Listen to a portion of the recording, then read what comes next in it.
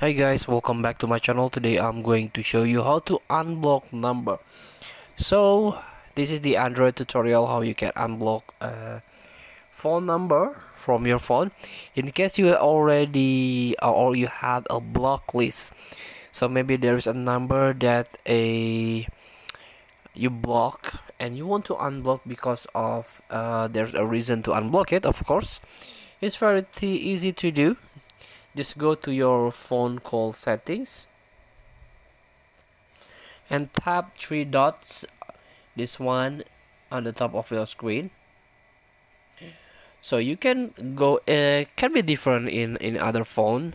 You can go to the settings and try to search your block list, or in my case you can use block and filter. And this is all blocked number that I block in my phone. So try to search the number that you want to unblock. For example, the first one, you can tap it and then tap three dot at the top of your screen and remove from block list. Feel free to try. Thank you for watching. Don't forget to comment, like, and subscribe, and also click the next button below. See you in the next video.